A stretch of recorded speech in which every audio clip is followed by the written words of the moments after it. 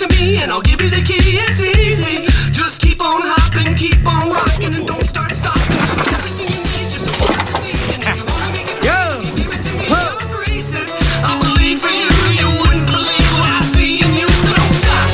Don't let the dream drop off. Hold up and make it lovely, make it real, and make it yours. Don't stop.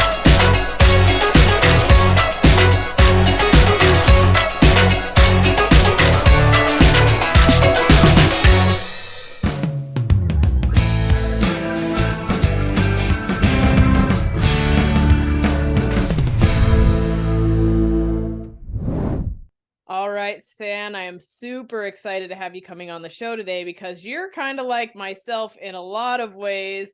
You're kind of bridging the gap between sports and healthy living, which is really huge.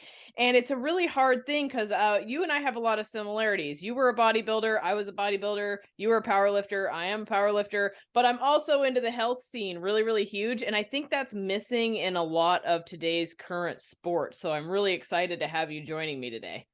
Yeah, well, thank you. And it was kind of born out of necessity because as competitors, we understand what we put our bodies through.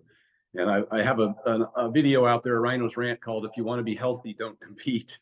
And we'll do damn near anything to achieve our goals. And a lot of what I did for myself and do for my clients now is really mitigate damage. And that's kind of what birthed the vertical diet. Was just a better way for whether you're dieting down to single-digit body fat to compete in a bodybuilding figure physique bikini show, or whether you're bulking up to be a powerlifter.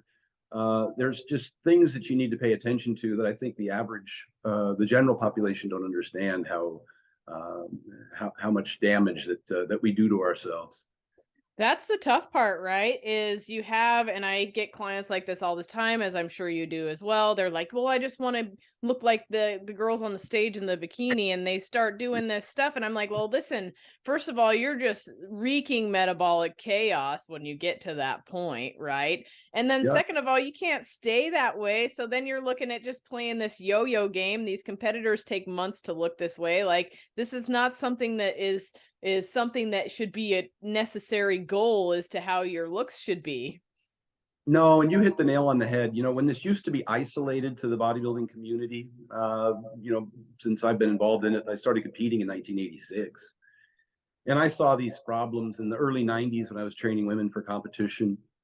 But now with social media and all of the general population, the soccer moms, having such immediate access to these girls in the best shape of their life, they start following these same programs and have no idea what's going on behind the scenes. All of the, like you said, the metabolic damage, the female triad, the chronic calorie restriction, the amenorrhea, the bone mineral density loss, the low thyroid function, the hair falling out, all of those things, the edema that occurs after competition, the binge eating disorders. It's just tragic. And just the sleep loss from thinking you have to get up at 4 a.m. to do fasted cardio in order to achieve this level of fitness. And it's tragic. And so that's kind of a lot of what I started when I launched the vertical diet, really putting everything together to speak out against, was these guru diets and these over aggressive training programs that were completely unnecessary and counterproductive. Absolutely. Well, let's kind of dive into a little bit about who you are and talk about the vertical diet, and then also some of your accomplishments and all that fun stuff. Yeah, bodybuilder. Out of high school, I was a 98-pound wrestler. I was a skinny kid and played soccer, and I got a soccer scholarship. I only weighed 135 pounds as an 18-year-old freshman in college. And so I went to the gym to lift weights, and I fell in love with it. I got a magazine, and I saw the bodybuilders, and I wanted to be a pro bodybuilder, which delusions of grandeur, 135-pound kid, It took a long, long time, ultimately over 20 years to get a pro card, but it was nearly 10 years before I was competing at a national level, just because of back then, if you were a 6-foot bodybuilder, you needed to be 250 on stage. They didn't have the physique class and the mankini. Sorry. It just didn't exist. And, come to think of it, my first bodybuilding show, I was 158 pounds. which, you know, if I had continued to progress like that and those classes were available, I probably never would have exceeded 200 pounds, but it just wasn't an option at the time. And so I started studying exercise science at the University of Oregon. I started working with track athletes and football players at the University of Oregon. Was personal training, working at multiple gyms and the like, and competing at the same time. So really, the vertical diet is kind of the culmination of all that. After some 25 plus years of competing, it's everything that I learned from college to coaching to being coached to competing to collaborating with some of the greatest coaches and athletes in the world, as I've had the opportunity to travel, you know, to 14 countries and all 50 states and meet and train with some of the great athletes. And so as I was coaching people, I found that I was repeating myself quite a bit. I was telling them the same things over and over and over again. So I put it all together in a very comprehensive 225-page manual, and I started attaching all of the deep dives into the videos and articles and peer-reviewed published research to support the every aspect of the diet. And I partnered with Dr. Damon McCune, who's a PhD in exercise phys and a registered dietitian who is the director of dietetics at UNLV. And we spent hundreds of hours going over it and making sure that it met today's scientific standard, and then we published it. And I have the vertical diet now, the 3.0 version ebook on my website, because things evolve since I first launched it 7 years ago. Things change, they expand. I get questions from now it must exceed 75,000 DMs over the last 6-7 years that I've endeavored to respond to the vast majority of them. And when people ask me questions that I haven't answered in the book, I update the book with that answer, because I know that that's what what people are interested in. Mm-hmm. And so that's where I came from, and how and why I created that book, and what it entails is it's very comprehensive, from sleep to diet to digestion to blood testing to injury prevention and rehabilitation, just a host of things that any individual, obviously training, whether it's strength or power for sport or bodybuilding. Just it's very comprehensive now as to all the questions that I've had to answer repeatedly, because it's generally the same cluster of questions that I get, along with a lot of resources to who I think are some of the best minds in the industry. We're fortunate now. I didn't have the internet when I started lifting, and so my advice came from the guy behind the gym at Gold's, behind the desk at Gold's Gym. And I always say, if I knew then what I know now. And so we have access now to such an extraordinary amount of resources, highly qualified, academically credentialed individuals who are as obsessed about their sport as we are. Whether it's bodybuilding or powerlifting, you can think of the names off the top of your head of the people who have committed themselves to making sure that we have good science-based information that's outcome oriented. Mm-hmm. And so and then you and I have tried all of those things, and we've put into our toolbox what works for us, and we've discarded that which doesn't, and we try and share that message with our clients. Mm-hmm. That's one funny thing is, I have a hard time personally, actually, the social media thing I hate, but I don't share really a ton of what I do for food. Every once in a while I will, but I am so vastly different from Susie next door, who has 3 kids and wants to make changes. I am trying to, I'm competitive athlete. I am trying to produce certain energies. I'm trying to do all this stuff, right? And Susie next door is going to have a totally different situation. So I really hate these people share. It's okay to be curious about what someone's eating, but we have to keep in mind that we all have, it's so diverse. And I get asked this all the time, and I'll be like, well, it depends. It depends. Yeah. It's so different for every person. It is individualistic. I can't make a recommendation that hits the general population, because it's everybody has different goals. They have different predispositions, different conditions, whether it's medical or otherwise, different genetics. So even, form and technique on lifting is dependent upon people's, individual anthropometry. So it's very hard when I get in front of a group of people, hundreds of people. It's challenging for me to deliver a message that isn't very general. As I start to get more and more specific, I realize I have to keep qualifying and applying nuance, and it's hard to make but when I get one-on-one with an individual, it's super easy because I know how to quickly hone in on and ask the questions and get their specific goals and what their current circumstance is. So I send out a real detailed questionnaire even when I do individual programs. And while I'd like them to read my vertical diet because it gives some really good general information, I still have to customize programs for each individual client. So let's talk about some of the foundations of the vertical diet, because I think that that's an important thing. Obviously, there are some values as to the diet that you think are really important for everybody. What are some of those? Well, in general, with the vertical diet, it's sleep, eat, and train. And I think that's going to be consistent for everybody, whether they're trying to be an athlete or whether they're just trying to improve their general health and their energy. I lead with sleep. I think that's the foundation upon which everything else sits. And I find that is woefully deficient in most people, burning the candle at both ends. And so we obviously just getting sufficient sleep quantity. And that's just a matter of personal responsibility, getting to bed on time and giving yourself an opportunity and allowing yourself even an 8-hour window instead of, like I mentioned, scrolling through social media at night. Next thing you know, you're not really asleep till 11:30 or so, even though you try to go to bed at 10. And then you're doing that 4 a.m. cardio thing, stepping over $100 bills to pick up nickels, thinking you need to wake up early in the morning to do cardio, which you and I both know exercise activity is the least effective method for weight loss in particular, and it can be counterproductive. So, and for some of the big athletes, sleep apnea is the obvious problem. And so we try and identify that right out of the gate and get that resolved, whether it be, getting a CPAP or weight loss. And because that's a huge contributor to blood pressure and appetite and insulin resistance and you name it, lack of recovery from training. So I focus a lot of attention there. It was one of the first things I did when I was working with Brian Shaw and Hafthor Bjornsson and even Lane Johnson from the Philadelphia Eagles, Dan Green, I'm shocked, because I've been using a CPAP since 1993.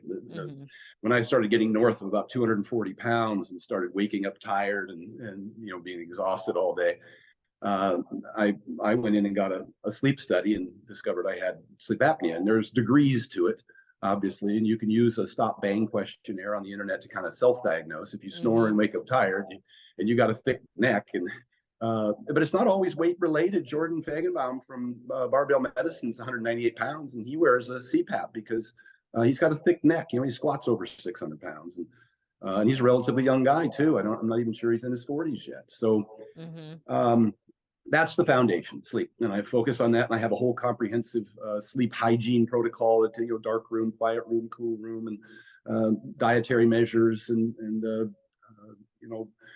whether or not you take a warm shower before bed to cool the core, and all of those kinds of things. There's a worry journal that you write in before you go to bed to put down some of your to-dos and things that you're probably preoccupying you. And just a host of those kinds of things that I put in there and start with. And then we go on to, let's just throw in training real quick because it'll be brief, but that's, between resistance training and cardio is really where, we try and put our attention. And, the best exercise is the one you'll do. And I'm cautious not to presume that everybody wants to go to the gym and crush weights like we do. But at the same time, I need to have some sort of resistance training in the program for bone mineral density and lean mass retention. And we know now, and we see all of our longevity people starting to migrate towards weightlifting very aggressively. Dr. Peter Attia being one of the foremost leaders in that industry now, at least the most popular and outspoken. He was always an ultra endurance guy, and just within the last few years, he's really gone headstrong into strength as a predictor of decreased mortality, not just lifespan but health span. So I try and design a resistance program that they enjoy, because if it's not something they enjoy, they're just not going to consistently do it. And it isn't battle ropes and burpees either. It's an actual progressive resistance program, but finding exercises that they aren't averse to. Not everybody wants to get in the squat rack, Right. So I can design, a whole host of different ways that I can keep it enjoyable for them. But at the end of the day, you and I both know that they need to set PRs and progress and lift heavy enough loads to provide a sufficient stimulus to get a hypertrophy response. So we focus on strength. And we make that enjoyable. And as for cardio, I haven't found that people enjoy or can comply with the 40 minutes on the treadmill, 4 or 5 days a week. We know that exercise activity is not the most effective method for weight loss. We know that people often suffer from what's called compensation, where they crush themselves in the gym or go run 5 miles, and then they end up coming home and sitting more and eating more because they're tired and hungry. So I'm very cautious about that. My cardio for many, many years, my recommendations has consisted of the 10-minute walk. And so after a meal, I encourage them to take a 10-minute walk. It's something you can do anytime, anywhere. It fits your schedule. It lacks the barrier to entry of having to change, get in the car, drive to the gym, all of those things that you can't necessarily comply with consistently. You could do it anywhere. You walk your kids to school in the morning, take a walk after dinner at night. When I travel, I walk around the hotel. If the weather's bad, I'll walk inside the hotel, up and down the stairs and down the hallways. And if you have a recumbent bike, then you can. That's what Hafthor Bjornsson does in Iceland. Is he's got a recumbent bike in his garage because you can't always walk up there. But you see, even the great big athletes, and even when I was working with Nadia Wyatt, who took third in the Miss Olympia, we didn't do any steady state extended cardio. We did 3 10-minute walks a day. So, what we found is that she actually liked to lift weights. And so she would do 2 a day weightlifting training. And again, this is for a competitive athlete at a very high level. But it's just to understand how important and preferable it is that these recommendations, and they apply for so many reasons to such a diverse group of people, whether a competitive athlete or a soccer mom. So now finally, we'll get to diet, the vertical diet. And I understand that I said it's a really comprehensive book, but as far as nutrition goes, I think generally speaking, and I've been through many years now of reading and following all of the popular people and the most academically credentialed influencers in the industry. And again, having partnered with Dr. Damon McCune, boy, I tell you, people have really started backing away from specific recommendations, like you said. I don't like telling people what I eat. And there's very little that they say now that's generally agreeable. Now we look at a healthy dietary pattern is what we recommend. We have gotten through the insulin hypothesis, and that's been debunked, and we're finally settling in on calories are king, as many of the people like Alan Aragon and Lane Norton and the like have been saying for many, many years. Although we went through a phase there with insulin being the boogeyman and carbs being, poison and et cetera. Everybody's, I think that's played its course, and most people are agreeable now. Even I think Gary Taubes, who was the author of Good Calories, Bad Calories, and was a prominent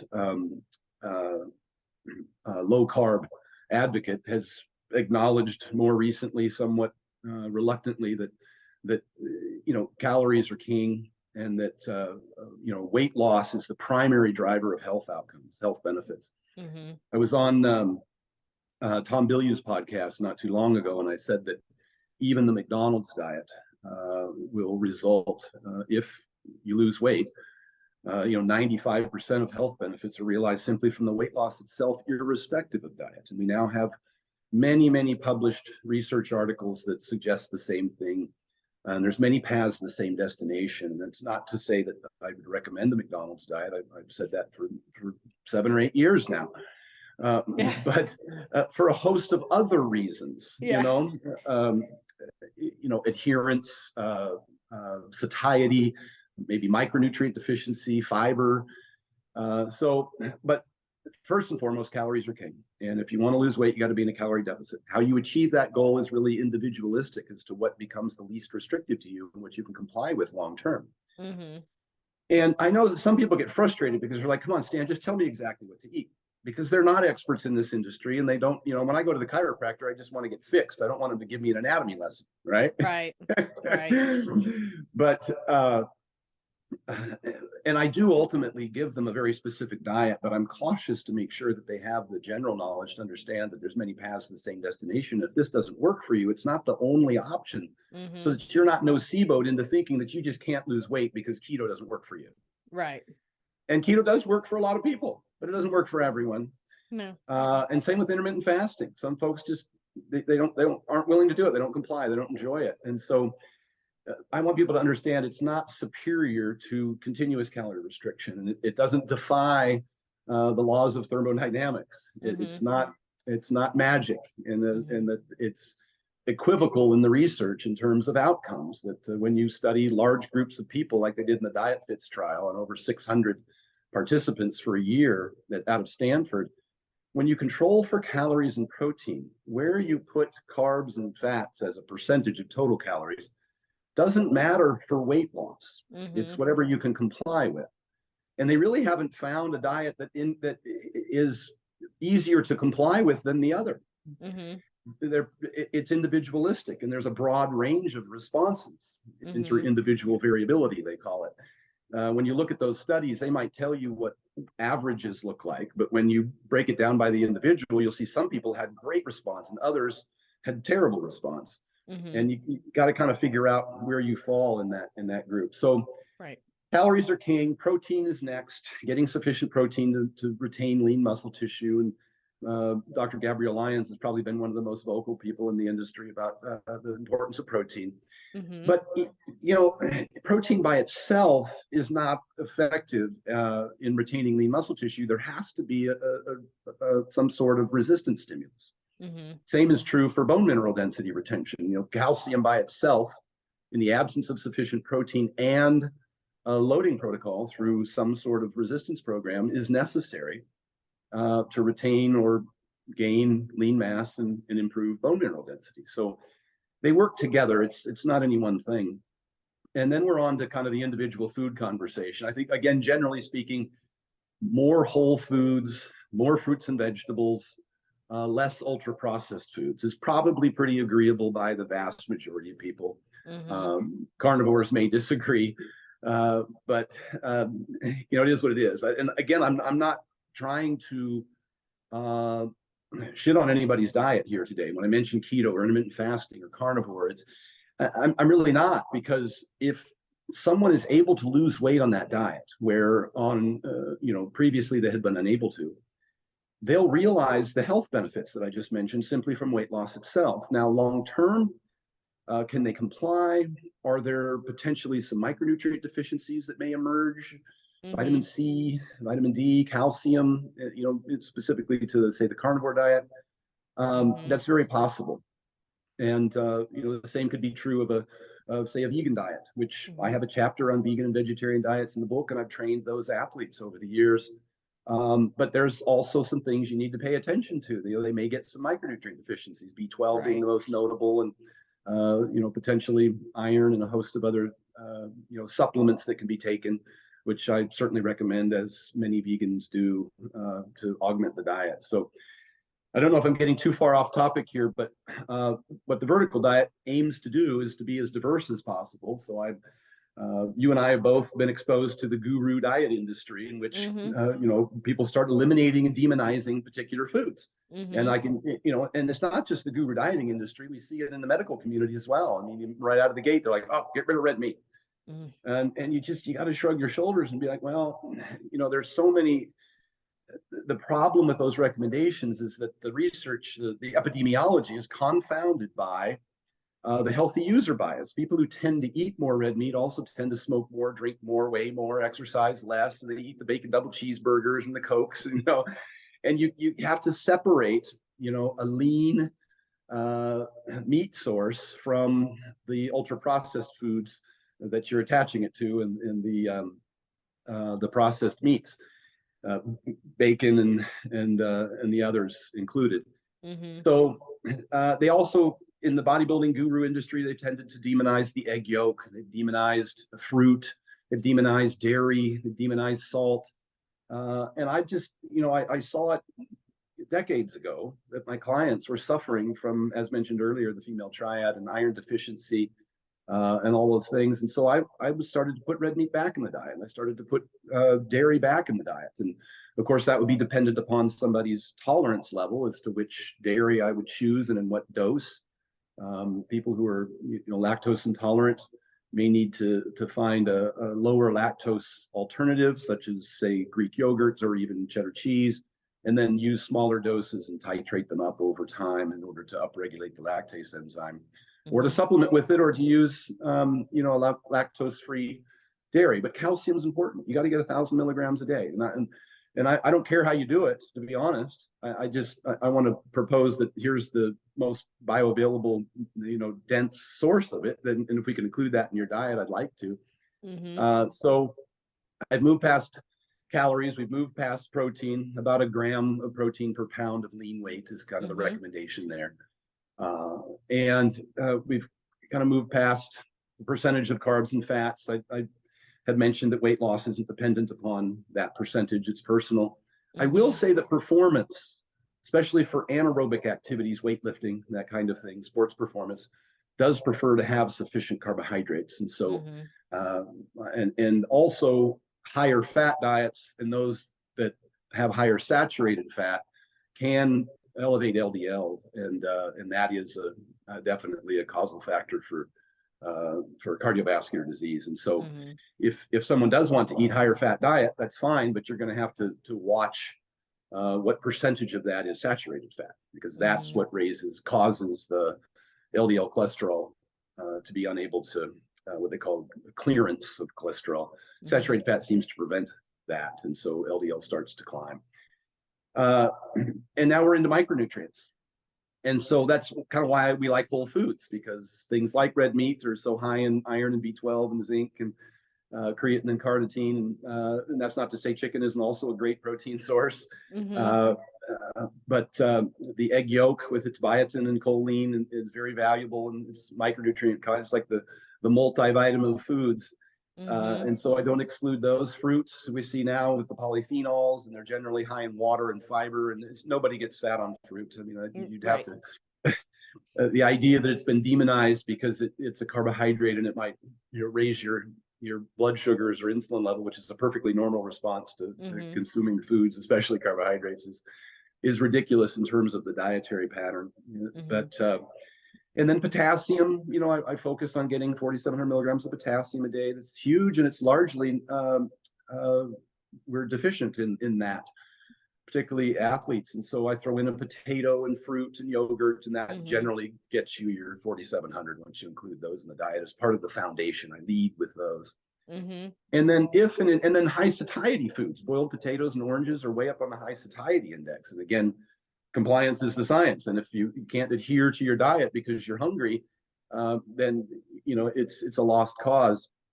And hunger does seem to be the primary reason that people go off of diets.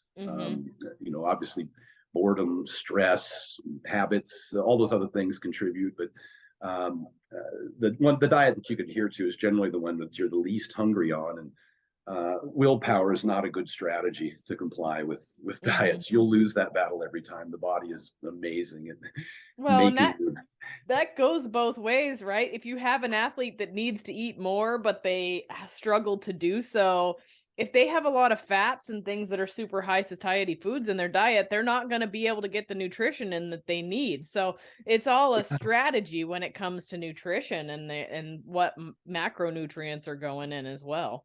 Yeah, bingo. And I spent a lot of time just now talking about things for people who are trying to lose weight. And you're right. I do have to flip that coin when it comes to people who are trying to gain weight. Those are the diets I designed for Lane Johnson and Hofthor and Brian Shaw and the rest. I was a skinny kid who had to gain weight. And the hardest struggle for me was eating enough calories consistently enough that didn't make me feel terrible, didn't give me diarrhea, didn't bloat me. Many times throughout my career, I've dirty bulked and ended up with metabolic syndrome, fatty liver, high blood pressure, high blood sugars, high lipids. I've experienced that myself. And so I see that in my clients. We always run blood tests. I work with Merrick Health, who's made it very affordable now. I used to spend $300 getting a blood test. Now I spend $140 for the same very comprehensive test. And so I've been espousing them quite a lot lately because the affordability, it breaks down a barrier to entry because a lot of bodybuilders just can't afford to get regular blood testing. And I've had over 150 blood tests throughout my career. I did that quite regularly, almost on a monthly basis while I was competing. That's kind of how I am. I actually am really interested in what factors affect certain things. So sometimes I use myself as a little bit of a lab experiment, right? Exactly. which is interesting. So and fun because I'm like, oh, okay. So here's what happened. It's a great way to hack your system. I personally won't work with people unless they have labs because I think that's such a huge important thing, especially in the athletics realm. How many, I mean, not just powerlifters, bodybuilders, how many people do you know that have they don't get their labs done. They're like, oh, how there's so many factors in there that will improve that cut or improve their performance. Like, if you're trying to get someone lean for stage and their thyroid's totally in the shitter, then you're not going to get them anywhere. You're just going to give them further metabolic damage. So knowing what's going on under the hood is a huge piece of all of this. It's huge. I agree. I right out of the gate, I do recommend it for all of my clients. If it's within their budget, it's very helpful for us as practitioners too to be able to have such an obvious sign. Hey, vitamin D deficiency, or hey, you've got insulin resistance or high blood pressure. Obviously, is in addition to the blood testing is paramount to find out about that. So yeah, I've been fortunate to have been able to do that throughout my career. And so I was able to kind of stay. That's why I believe I had such a lengthy career. I see a lot of bodybuilders burn out real quick, a lot of powerlifters burn out real quick. And I think if they're able to keep their blood pressure under control and keep those blood markers under control, they'd have much longer careers. I mean, I set my world record when I was 45 years old after competing since 1986. So, and today at 55 years old, I can still go to the gym and train pain-free and maintain healthy blood pressure and and still have a high level of fitness and lean mass. So a lot of the folks that I work with now come to me and they're old lifters like me who are burned out and they don't even enjoy training anymore as a result. And that's a shame. I've been there. And it's kind of sad, the pain portion, being a big contributor to that. And so I redesigned their training program so that they're not punishing themselves. People come to me, and they're hitting themselves in the head with a hammer and asking me for aspirin. And I'm like, let's focus on the hammer. Absolutely. So yeah, I do the weight gain diets as well. And you're right, I have to improve appetite with that. And at all ages. I was just talking to a 15-year-old kid the other day his parents were concerned because he was underweight. That was me. I had delayed onset puberty. I was 17 years old before I started to grow. And it was because I was eating crap food. I worked at 7-Eleven, so I was eating the nacho cheese things behind the counter and the soda pops. And I was working late. I was working the swing shift. That goes back to sleep. I wouldn't get home till midnight, 1 a.m, and I was getting up at 6 for school. So of course my body was like, we're not growing. You're not giving us any of the things that we need to grow, And it's no different than women track athletes who end up with amenorrhea because they don't have sufficient body fat or nutrients to be able to support pregnancy. So their body just shuts down and says no. So that was so it's kind of a sensitive issue for me because that's what I went through. And so when I get a young athlete like that that I can help improve their appetite and grow, that's it's very rewarding. It's life-changing for them and because I had that experience. So I work on both ends of the spectrum. That's something also that's tough. I see it's unfortunate the lack of nutritional knowledge in our country, really, but I'll see like the football moms that are putting together all these foods for their kids' football team and stuff for games, and it's completely devoid of protein. You've got Doritos, you've got Gatorade, you've got all the things. I'm like, come on, guys, can we give them some protein, some stuff that's actually going to help them grow and be strong? And like, let's get some of the good stuff in there. Let's get some hard-boiled eggs in there. Let's get, so it's really tough because I think, and that's a really huge thing, right? Is I think that there is such a lack of understanding of nutrition from a young age. And it's handed down over generations. Also, how about movement? And these are two things, nutrition and movement, for our young people that are so important. People are afraid to have their kids in the gym young. They think it might hurt them. But if you think about it, a baby squats perfectly, deadlifts perfectly, does their mechanics are freaking amazing, right? If you watch little people walk around.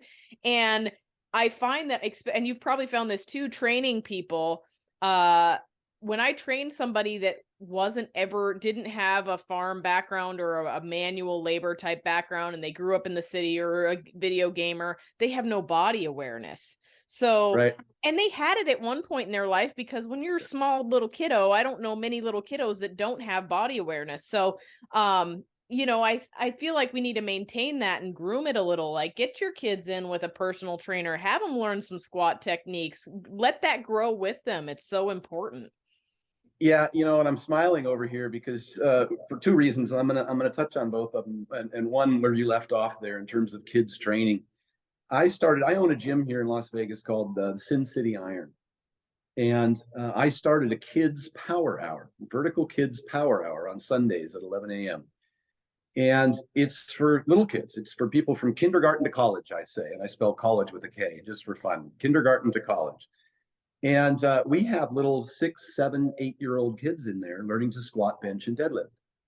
And you're right, I'm going to use this word because the American Academy of Pediatrics uses it. It is essential for adolescents to do resistance training for a host of reasons. Obviously, bone mineral density is one. You mentioned coordination. A lot of the training is neural adaptation, as we know, teaching your nervous system to be able to recruit and execute these movements, and for your muscles to be able to contract and collectively work together to affect a task. A lot of the strength that the kids gain initially is really just neural adaptation. It's coordination. It's very safe, comparable to that of swimming. It actually helps prevent injuries in other sports. It helps them perform better in sports. They can, force production helps them to run faster, jump higher, and throw further. And if I can get them in there and just squat, bench, and deadlift on a progressive program, and we actually train them, quote unquote, heavy for their capabilities, understanding that it's not anywhere near stressful enough to cause any injury, that most of the deficiency is just the fact that they're trying to coordinate and learn how to do the movement. You can't really overtrain a kid. You can almost train them every single day because it's mostly neural adaptation and not really muscle tissue breakdown like you'd see in an advanced or an older lifter. But it's the kids love it. We make it fun for them. I get them under a bar almost immediately, even if their form is less than perfect. I think people obsess over form too much. We're seeing now in the literature that there's a whole variety of ways that people can lift as long as they're responsibly progressed over time. We learn the fundamentals, and then we get under a bar, and I set things up so that they can't hurt themselves with support straps and face guards for the bench, and then we get them to play around with things like pushing sleds and throwing slam balls and jumping on plyo boxes and doing hangs from a bar, chin ups, but hangs for most of the kids. They can't do chin ups. And I help them up and just let them resist and count how long it takes them to come down. I measure these things. I measure what they squat, what they bench, what they deadlift, and I ask them every single week to set a PR. They all know what a PR is, a personal record. And they'll try and do at least what they did last week, or add a little weight. And the kids, add 5 more, or 2.5 more. And it's exciting because you and I both know that that's the hook. That's how we get clients who aren't interested in training to get interested in training. If we can show them how quickly they can get stronger, and you and I both understand that it's neural adaptation, but we leverage that. When they come in, I'll put them on a trap bar deadlift because it's easy to execute, doesn't take a lot of teaching. And I know that the next time they do it, they'll be stronger, and the next time and the next time. And that gives them a sense of accomplishment. It's an immediate reward. It gets them coming back. They'll tell all their friends, I deadlifted this, I deadlifted that. And that's what hook does to it. That's what hooks CrossFitters to powerlifting, is just because of the once you set a PR, as soon as you set that bar down, all you can think about is the next PR. Yep, 100%. That's funny. I always joke around. So I get done at the worlds at for the powerlifting worlds, and it was so funny because one of the guys that I met there that was a spotter, you just see people and you appreciate them. I was like, he had the best quads I've ever seen, and I was like, you got some nice quads, buddy. He's like, oh, thank you, and he gave me a hug, and I was like. He's like, I used to be 300 pounds and I cut to 240 and I feel, he's like, I feel amazing. I meal prep now, all the things. But anyway, he was like, he's like, how do you train? Like, where do you, like, he was asking me all these questions. And I said, well, I'm a farmer. And I mean, Yeah. it's the truth because I grew up moving heavy things around all the time. And so my body awareness is just there because I attribute it to that anyways, just because I was used to moving heavy stuff around all the time. And used to eating a lot of steak, eggs, and potatoes. Yeah. And well, milk. funny story there. So I have a client, and my mom owned a goat dairy, so we always had goat milk, but I had a client recently that came to me, 60 years old, cattle rancher, Keystone Light diet with eating just steak pretty much all the time and bacon and all their homegrown beef, and then working on the ranch.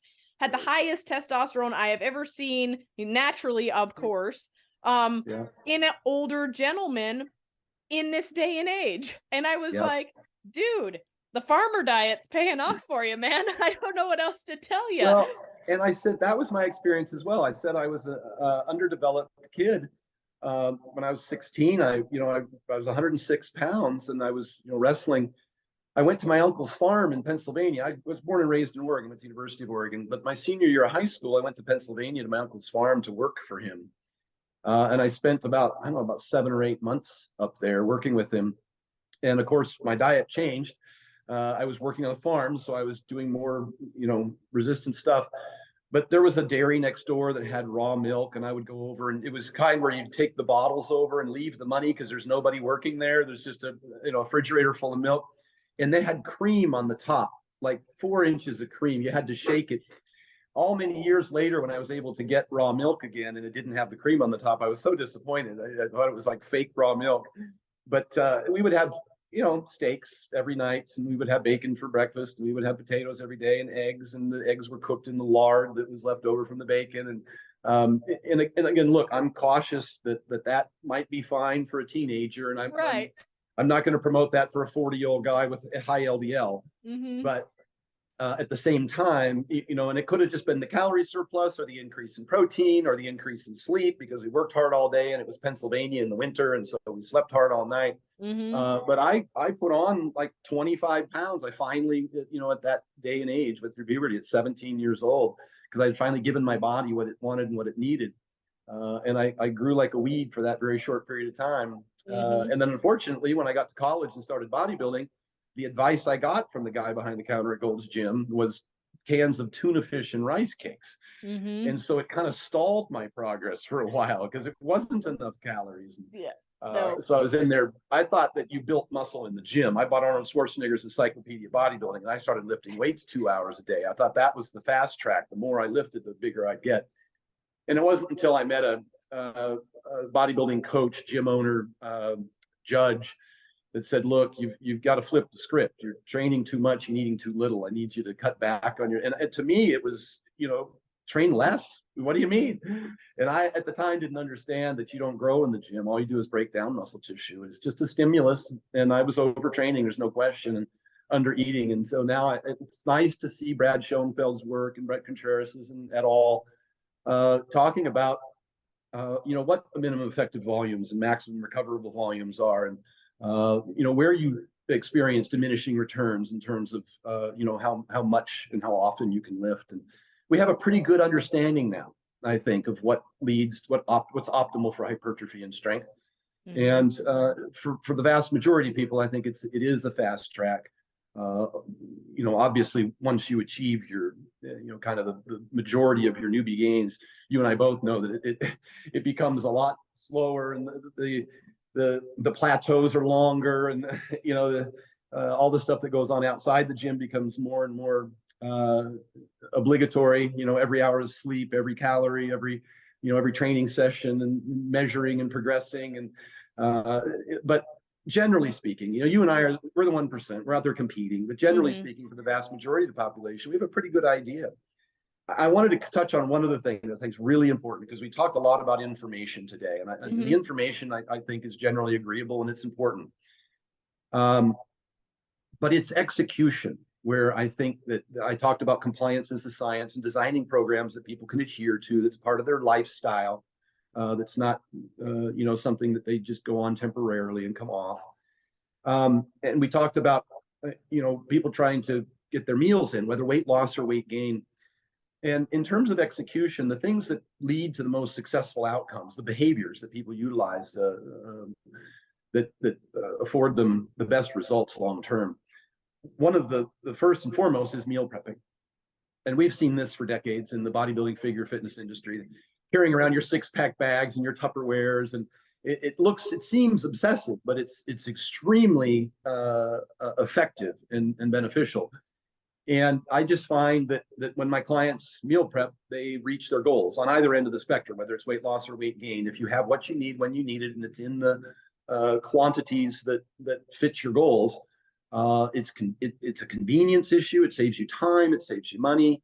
Whether you make it yourself or whether you use a meal prep company, and it's not an ad for my meal prep company Mhm. and by any stretch of the imagination, but I do meal prep, and I send meal prep to the clients and customers all over the country. But because it works, and I also tell them, here, you can do this yourself. Here's the ingredients and the menu, but you should do it yourself, or get meals brought in. And like with kids, you mentioned, complying with the diet is the hard part. You'd no sooner send your kid out to a football game without a helmet and pads. I don't think he should leave the house without a couple of thermos with his meals for the day, especially as an athlete that goes to school and then does practice after school. Mhm. And the thermos is, and I don't make any money saying this, it was life changing for me, because I used to carry around Tupperwares and have food, get cold and nasty, and Mhm. not be able to find a microwave, and et cetera. Those little $20 thermos, little 24-ounce double insulated, those little 24-ounce thermos on Amazon were life changing for me. It was like freedom, from Mhm. having to go to a fast food place or eat at the airport or room service. And so in the mornings, and this is the way I prep my kids. I have an 8-year-old, a 10-year-old, and when I'm making my breakfast in the morning, I'm making this giant mash in a big silver mixing bowl that you could put over your head. And I've got like 3 pounds of hamburger, because it's me 3 meals, and then it's my kids, and I've got a whole thing of bone broth and some white rice and some scrambled eggs. I'm mixing it all up with my mashing tool, and I'm using my plastic jarring funnel to put it into my thermos, and then I'm putting those together. And even if I'm working out of the house, I'll set those. I'm done for the day. I've already cooked Mhm. my next 2 meals. I Yep. don't have to go to the kitchen, or and if I have to go pick the kids up and take them to practice or something, or if they want to stay at the park late, I've got what I need. It's not a concern to me. And Mhm. so I do the same thing with my kids. I'll prep their meals so that if they want to stay after school for a while, they've got what they need. But I encourage all of my clients. You probably have seen, Hofthor was on the movie set at the Game of Thrones, and he would have to stop periodically because he ate on the clock. When you're Mhm. 440 pounds, I say it's you become a victim of circumstance. You're almost imprisoned by these obligations, the needs that your body has. And if it needs 7,000 calories to maintain, then you have to give it to it, or Mhm. you'll start to have a decline in performance. And but Hawthorne would stop in the middle of HBO's shooting and be like, I have to eat. And he would sit Yeah. there out of his thermos, And Brian Shaw I met him on a movie set here in Vegas many years ago, and he used to have pizzas being delivered all day long. They would send in large pizzas. The downside of that is that he always suffered from significant gastric distress and diarrhea and digestion problems. And so when we switched him over to the vertical diet, using more whole foods and more easy to digest foods, that wasn't so high in fats, which can for a lot of people lead to loose stool, Mhm. just because of the inability to produce enough bile to break down the fats. He was able to comply with the diet and eat more calories, Same with Lane Johnson, the Philadelphia Eagles. He was assigned a diet by a registered dietitian. Again, not an indictment on registered dietitians because my co-author is one. Yeah. But oftentimes, like you said, individuals who are trying to gain weight have to eat a little differently. And they had assigned him a diet of mostly chicken breast and 5 cups of quinoa a day. He just couldn't consume it. Talk about digestive problems. Yeah, and I'm like, there's a person who never had to eat 6,000 calories a day, who assigned that diet. Try eating it one time before you give it to someone else, which is a lot of what you and I do is from practical experience. Like you said, this worked for me. I don't necessarily think it's going to work for you, but or I don't presume that it's going to work for you, but here's the reasons why, these things work for me. And so I set them up with a diet that what we kind of refer to as the vertical diet with those foundational principles. But as you're trying to add more calories, you need simpler, easier to digest foods. That's why where I get into the white rice. And a guy like Lane using the bone broth, just because mechanically speaking, if it's mashed up and it's moist, it's a little easier to consume more of it, to digest faster, and you can eat again sooner. Yeah. And it just doesn't weigh as heavy on your gut, and you don't have problems with racing the bathroom all the time. So and even something like the white rice, I would have them sprinkle a little bit of dextrose on it, mostly to increase amylase and saliva, just to make it easier to consume. Because the difference between a 3,000 calorie diet and a 4,000 calorie diet is 3 cups of rice. Yeah. That's really it. Nothing else changes at that point because you've already got your foundation of protein based on your body weight. You've already got sufficient, carbohydrates and fats and micronutrients. Like we talked about, the potassium and the calcium, the yogurt and the potatoes and the fruit. So the only thing that changes if you need an extra 1,000 calories to fuel your demand, whether it's a large body or a high workload, if you're a CrossFitter training twice a day, the only thing that changes is you just need some more carbs to fuel the workload. And that's 3 cups of rice. There's your 1,000 calories. And some people might put in, say, 3 cups of milk, maybe add 8 or 12 ounces of milk to each of 3 or 4 meals a day. That'll get you another 600 to 1,000 calories. So that's kind of, whether it's liquid calories or whether it's the rice, that's how I get calorie surpluses for people who are having a hard time consuming enough food to maintain their mass or their workload. I think another big thing, Stan, to visit with this conversation is you're talking about the MASH. People have a tendency, just like fitness and social media, we have food, right? They have a tendency to overcomplicate the food part of it as well. Yeah. Really, you can knock out a basic meal prep in a pretty minimal amount of time if you're just looking at real foods because it's less complicated that way, right? Rice, beef, maybe throw in a veggie, you're good, right? So I think we have a tendency to want to make these fancy meals and stuff when in all actuality, basics is easy and it's meeting your nutritional goals and it's also saving you time. Yeah, and you know what? Most people tend to eat the same 1 or 2 things at each meal. So most people tend to eat the same 1 or 2 breakfasts or the same 1 or 2 lunches or the same 1 or 2 dinners, and then occasionally have something, variety of something that they may have a preference for. And so the idea that you need all this variety right out of the gate is inconsistent with the way you're currently eating. And like you say, it saves time, it saves money. So I don't mind making these recommendations that people eat. We also know in terms of what we call food reward, that when you eat the same things pretty consistently, you tend to eat less of them.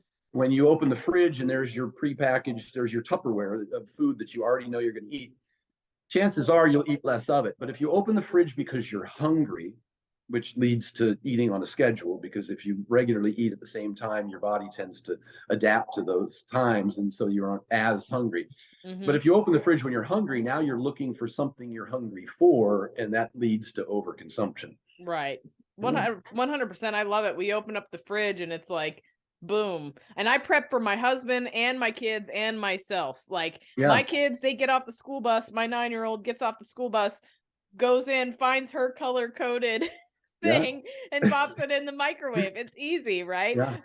But sometimes I get the munchies. Like yesterday, I need to bring my calories up, but I get the munchies and I was like, okay, well, what do we got? Okay, yep, it's only the crap that you have prepped. So here we go. Yeah. I mean, my go-to lately, this is hilarious. You'll get a good laugh out of this, but some homegrown kefir, like dairy Yeah. kefir, and then in 12 ounces of egg whites. So I'll do 8 ounces of kefir, 12 ounces of egg whites, perfect protein, fat, and a little bit of carbs. Yeah. There's the snack. We got it And figured out. kefir tastes great. So you Mhm. hit on a good point there with binging behavior, or just you shouldn't abstain from the foods that you like. Mhm. Uh, if you're the type of personality that can control the portion sizes, then please continue to include those in your diet and measure them and weigh them. And but if you're the type of person who tends to overeat those, once you pop, you can't stop. Wasn't that Pringles Yeah. advertisement? Yep. If you can't have just 4 potato chips and you eat the bag, then you probably shouldn't have the bag in the house. Mhm. So that's one trick that we use. We just ask them to get rid of all those things out of the house. Doesn't mean you can't have them, but it creates a barrier to entry. Now you got to get in the car and drive somewhere to get it. Mhm. And the alternative is, if you're at home at night, you would find something in the fridge to eat because you're hungry or bored. Right. Uh, you know, and so then we try and provide those alternatives, something that could be satiating and at the same time lower calorie, and things like kefir, fat-free Greek yogurts, added with some low-sugar fruits like strawberries or blueberries, and can make for a nice little snack. Mhm. Lane Norton's favorite is popcorn. He Mhm. gets lots of fiber from it. It's low calorie. Although I went to Costco and I was looking at those bags of popcorn that they have, and they're just loaded with oils, and so they're like 1,200 calories. Mhm. So you got to be careful that not all popcorn's the same. There's hidden Right. calories in there. I kind of like beef jerky too. There's one that's a low sugar. It's like less than 2 grams of sugar and low fat. Um, that Costco sells. I'll think of the name of it here in a minute, but I used to eat quite a bit of that. It's a little higher in salt, so it kind of depends on how you respond to sodium. I'm not Mhm. concerned about it for people who are healthy individuals that exercise regularly, but there are those that are salt sensitive and hypertensive because they're overweight, that you got to be kind of Yeah. cautious. And that's a whole nother chapter in the book on sodium intake, and how some people actually respond poorly to too low of sodium. Mhm. I think they call it orthostatic hypotension. When it's my experience. A lot of this stuff, just from experience, I've been training clients for 30 years, and I would get, say, a middle-aged woman or upper middle-aged woman would come into the gym and do a leg press, and then would stand up and have to hold on to the machine because she was dizzy. And Mhm. that's orthostatic hypotension. That's the inability to regulate your blood pressure when you change from a seated to a standing position, Mhm. which also happens with exercise and training, because you're exhausting yourself while you're down there doing a bench press or what have you.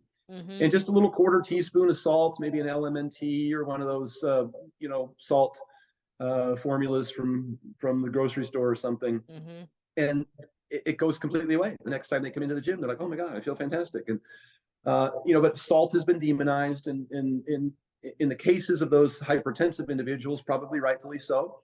Mhm. Although the solution, even with the DASH diet on the sodium reduction, the bigger piece of that was the fact that they raised their potassium intake, fruits and Yeah. vegetables. So that is another way to balance water in the body for women who suffer from, say, edema, particularly during pregnancy and the like.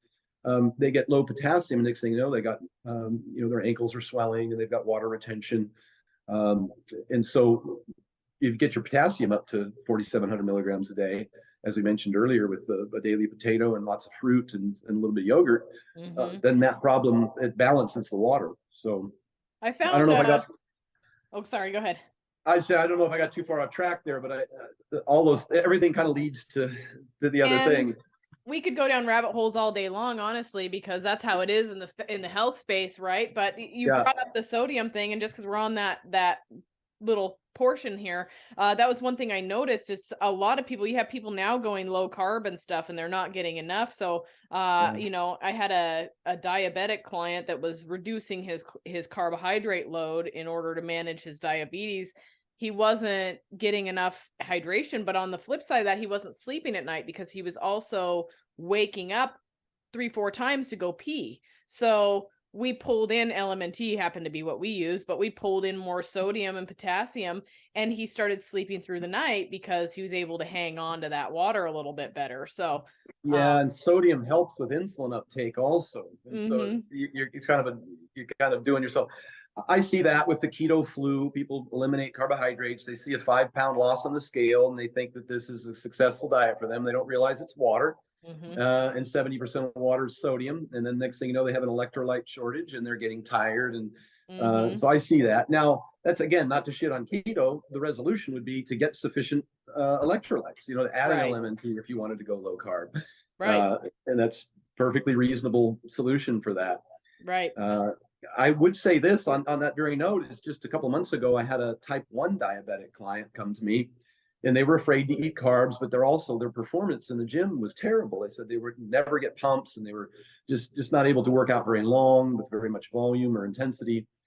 And so I designed a program based on some information I had received from a highly regarded medical doctor in the diabetics. And he had put forth some research to show that type 1 diabetics could cut their insulin in half if they would do 20 minutes of Stairmaster after a meal, because the blood sugars are absorbed into the muscle without the need of insulin. So through that GLUT4 pathway. Well, I designed his training program because he wanted to lift weights. He didn't want to do cardio all the time. I designed his training program so he could eat carbs in the meal, but then he would do his workout following eating. They were smaller meals, so they wouldn't impair his training session, but he was able to start throwing some fruit in there. And then within, say, 15 minutes after eating, he would do his training. And so we just broke it up into, say, push-pull legs on push day. If he ate 3 times that day, he would do, a 20-minute chest workout after breakfast and a 20-minute shoulder workout after lunch and a 20-minute tricep workout after dinner. And on the days he didn't train, he would just do a recumbent bike, kind of a mild HIIT session, or just pull the carbs out of that particular meal. But and then pull day he would do back and biceps and calves after the 3 meals, and then on legs he would do quads after one and hamstrings after another. So we did his whole training program, and I kind of like the idea of multiple sessions. Anyhow, I think you get a lower elevation of cortisol. You get the more frequent stimulus to the muscle. I think that Greg Nuckols kind of tipped me off to that about 5-6 years ago. If you were designing the perfect program, this is what I did with Stephanie Sanzo out of Australia, that popular fitness influencer down there. She was having a lot of trouble, and she was doing 2 hours of cardio a day. And I just said, let's replace the cardio with weightlifting. Let's do 2-a-day lifting sessions. And she's been doing them ever since. She loves them. And all she does for cardio now is the 10-minute walks after meals, and then she lifts twice a day. And those lifting sessions aren't an hour. Those are, how long does it take you to do 6 good sets for quads? You're in and out in 20 minutes, 25 minutes. You come back later and do hamstrings, 20 minutes, 25 minutes. It's not powerlifting. We don't need to rest 5 minutes between sets and warm up for half an hour. It's bodybuilding. Do you know who Brad Hollabaugh was? He was a big. Of course, I trained with Brad. I knew Brad here in the Northwest. Brad was my coach and one of my closest friends. He was actually he lived right down the street from me, and World's Gym. Huge mentor in my life. Anyway, whenever he was the best. I've never trained with somebody like Brad. He was so fun to train with, but he's like half an hour. That's it. Like we go in. We slaughter things in a half an hour, and after that you're out and on your way. And that's how he always did it. And it was so hard for me to get accustomed to, even when he would send me over training programs. So I was like, what, 2 sets? What are we doing here? And what's interesting, Brad was ahead of his time, and he was a freak. He was a giant guy. I loved him. He and I both used to compete for Shake at Powerhouse SeaTac. And used to do the Emerald Cup, and we'd always compete as a team. And so I've trained with Brad, and I've known Brad knew him for many, many years. But he was way ahead of his time, because now when you look at say Schoenfeld's research, which I mentioned him because he's probably one of the most prolific researchers and well regarded in the world on muscle and hypertrophy. Matter of fact, he wrote the book Hypertrophy. And they'll put out research pretty consistently that suggests that anything over 6 sets, you get a significantly diminishing return. But at 6 working sets, kind of a Dorian Yates style deal, if you're not within a rep or 2 of failure, that set didn't count. This isn't junk volume. This isn't, it's a set that is, you're warmed up and you're investing a significant amount of effort into, and it has to be progressed over time. But I apply that now because at my age, I can't recover from the higher volume work I used to do. And I found that I respond very well. I don't exceed 6 sets per Mm-hmm. body part. I go on a leg day, I'll pick 2 exercises, I'll do 3 sets of each. I might Mm-hmm. finish with an AMRAP, and every other workout I might work up to a top set of 5 with a 85% load. But for the most part, I'm in that 8 to 15 rep range, trying to get within a rep or two of failure and trying to progress a particular movement over a period of 4 to 6 weeks, and then Mm-hmm. select a different movement when I've kind of topped out. So, and I'm also cautious about eccentric loading and just I think what I just call gross weight. Like a low bar back squat is going to cause me a lot more DOMs than say a high bar with an angle plate underneath my feet. Right.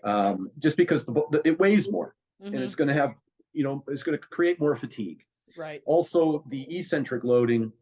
If I'm doing good mornings, I like to set up some straps and just do the concentric portion, and then I kind of crash the weight down into the straps. I do this with my UFC fighters and football players too. And there's no reason whatsoever that these people should be crushing them with eccentric loading in the gym and creating fatigue that's going to inhibit their ability to do their sport. Yeah. So I do almost all concentric stuff, lots of sled work. I love that. Box squats, belt squats, things that are below the lumbar. I don't do a lot of deadlifting unless they enjoy it and it's off season. Particularly not for hypertrophy, because it just doesn't have the range of motion. It's going to lend itself well to the increasing mass, particularly the muscles that are bodybuilding stage muscles, which is not your spinal erectors necessarily. Right. So I don't know. That's just like we say. These rabbit holes. They keep. Yeah.